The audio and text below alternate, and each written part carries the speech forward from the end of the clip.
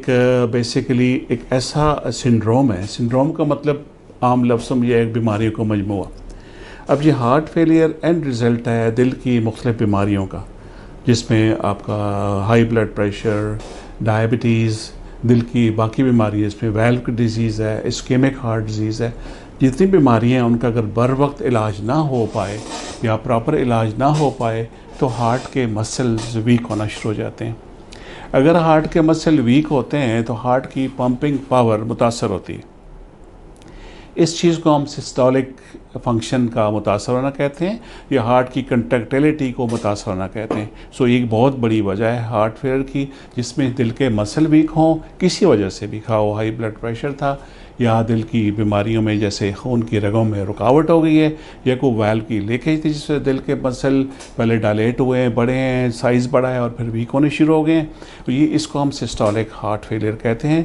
इसके अलावा दूसरी किस्म भी है जिसमें कंट्रैक्शन तो यानी पंपिंग पावर तो नॉर्मल होती है, लेकिन हार्ट की जो डायस्टोलिक कंप्लायंस होती है, यानी जब गंदा खून हार्ट में रिसीव करना होता है तो अंदर ऑलरेडी प्रेशर बहुत बड़ा होता है, जिस वजह से जब प्रेशर बड़ा होता है तो फिर हार्ट के जो मुतासर कन हालात में वो एक्सेप्ट नहीं करता वो ब्लड का, जिस वजह से अंदर का प्रेशर और बढ़ता है और मरीज़ को हार्ट फेलियर डेवलप होता है, जिसको हम डायस्टोलिक हार्ट फेलियर कहते हैं। सो ये दो मेन किस्में। इसके अलावा आगे बहुत सी टर्मिनोलॉजी अब नई आ गई है किस्में, जिस हिसाब से हम आपको साथ साथ आगाही देंगे, लेकिन बेसिकली ये हार्ट फेलियर अब बहुत ही इम्पॉर्टेंट एक एंटिटी बन चुकी है। एक ऐसा सिंड्रोम है जिसको हर डॉक्टर को भी पता होना बहुत ज़रूरी है, ख़ासकर कार्डियोलॉजिस्ट को तो पता होता है, आम जो जीपीज़ की बात करता हूँ, जो जनरल फिजिशियन की बात करता हूँ या मेडिकल स्पेशलिस्ट को, कि वह हार्ट फेलियर के मरीज़ को जल्दी से रिकग्नाइज करें और उसका जल्दी से इलाज हो सके। ये बहुत अहम है।